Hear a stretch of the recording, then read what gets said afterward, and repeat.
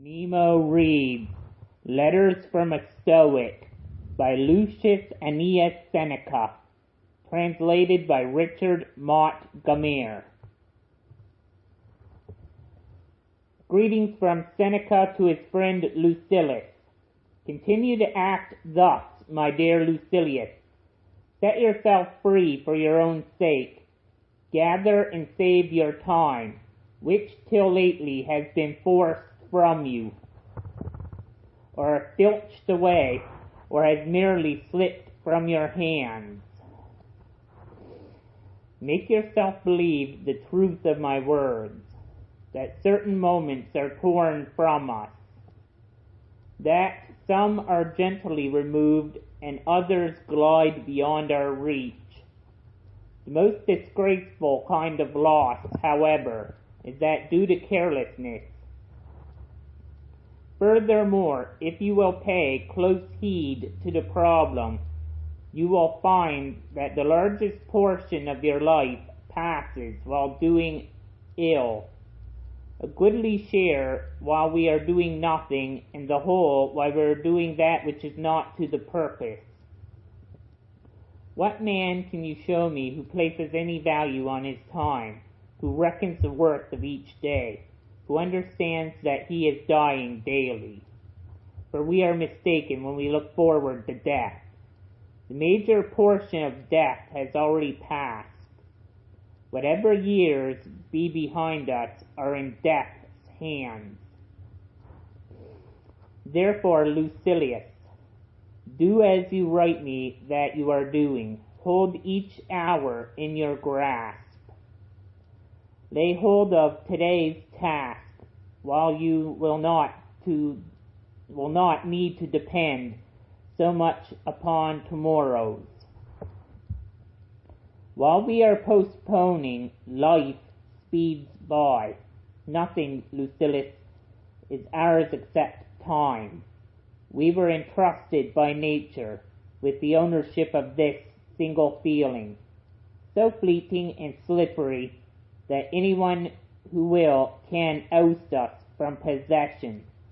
What fools these mortals be, that they allow the cheapest and most useless things which can easily be replaced to be charged in the reckoning after they have acquired them.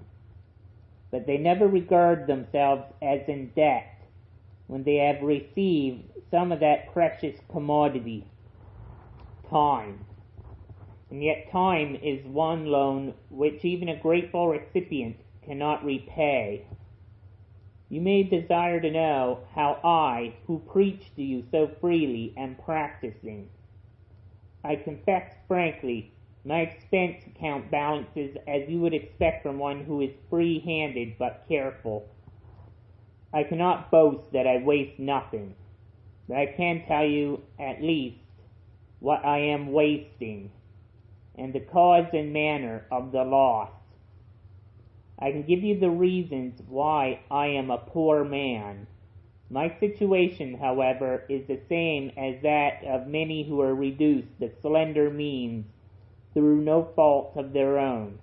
Everyone forgives them, but no one comes to their rescue. What is the state of things, then? It is this. I do not regard a man as poor if the little which remains is enough for him. I advise you, however, to keep what is really yours, and you cannot begin too early. For as our ancestors believed, it is too late to spare when you reach the dregs of the task. Of that which remains at the bottom, the amount is slight, and the quality is vile. Farewell. Letter 2. Judging by what you write me, and by what I hear, I am forming a good opinion regarding your future. You do not run hither and thither and distract yourself by changing your abode, for such restlessness is a sign of a disordered spirit. The primary indication to my thinking and well-ordered mind is a man's ability to remain in one place and linger in his own company.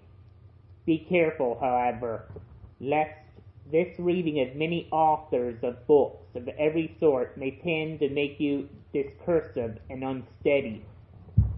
You must linger among a limited number of master thinkers and digest their works. If you would derive ideas which shall win firm hold in your mind, everywhere means nowhere. When a person spends all his time in foreign travel, he ends by having many acquaintances but no real friends.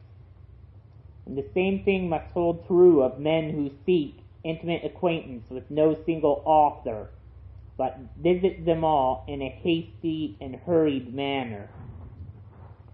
Food does no good and is not assimilated into the body if it leaves the stomach as soon as it is eaten. Nothing hinders a cure so much as a frequent change of medicine. No wound will heal when one salve, is tried after another. A plant which is often moved can never grow strong. There's nothing so efficacious that it can be helpful while it is being shifted about, and reading of many books is a distraction. Accordingly, since you cannot read all the books which you may possess, it is enough to possess only as many books as you can read. But, you reply, I wish to dip first into one book and then another. I tell you that it is a sign of an over-nice appetite to toy with many dishes, for when they are manifold and varied, they cloy but do not nourish. So you should always read standard authors, and when you crave a change, fall back upon those whom you read before. Each day acquire something that will fortify you against poverty, against death, indeed, against other misfortunes as well. After you have run over many thoughts, select one to be thoroughly digested that day. This is my own custom.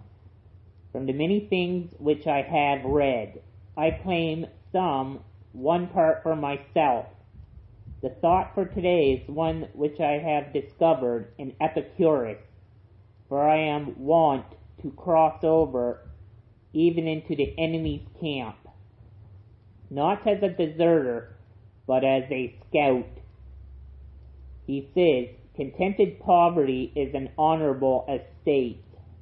Indeed, if it be contented, it is not poverty at all. It is not the man who has too little, but the man who craves more that is poor.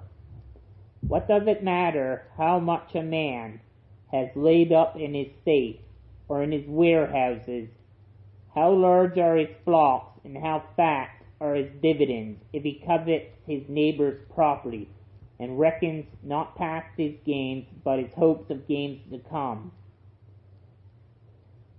Do you ask what is the proper limit to wealth? It is first to have what is necessary, and second to have what is enough. Farewell. Letter 3, on true and false friendship.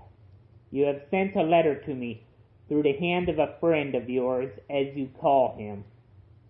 And in your very next sentence, you warn me not to discuss with him all the matters that concern you, saying that even you yourself are not accustomed to do this. In other words, you have the same letter affirmed and denied that he is your friend. Now, if you use this word of ours in the popular sense and call them friend, in the same way which we speak of candidates for election as honorable gentlemen, as we greet all men whom we meet casually, if their names slip us for a moment, with the salutation, my dear sir, so be it. But if you consider any man a friend whom you do not trust as you trust yourself, you are mightily mistaken, and you do not sufficiently understand what true friendship means. something I have to learn. But anyways, back to my reading. Indeed, I would have you discuss everything with a friend, but first of all, discuss the man himself. When friendship is settled, you must trust before a friendship is formed. You must pass judgment. Those persons indeed put last first and confound their duties, who, violating the rules of theophrastus, judge a man after they had made him their friend, instead of making him their friend after they have judged him. Ponder for a long time whether you shall admit a given person to your friendship. But when you have decided to admit him, welcome him with all your heart and soul. Speak as boldly with him as with yourself. And as to yourself, although you should live in such a way that you trust your own self with nothing, which you could not entrust even to your enemy, yet since certain matters occur which convention keeps secret, you should share, with a friend at least, all your worries and reflections. Regard him as loyal, and you will make him loyal. Some, for example, fearing to be deceived, have taught men to deceive by their suspicions. They have given their friend the right to do wrong. Why I need to keep back my word in the presence of my friend? Why should I not regard myself as alone when in his company? There is a class of men who communicate to anyone whom they meet matters which should be revealed to friends alone and unload upon their chance listener, whatever irks them. Others again fear to confide in their closest intimates, and if it were possible, they would not even trust themselves, burying their secrets deep in their hearts. But we should do neither. It is equally faulty to trust everyone and to trust no one.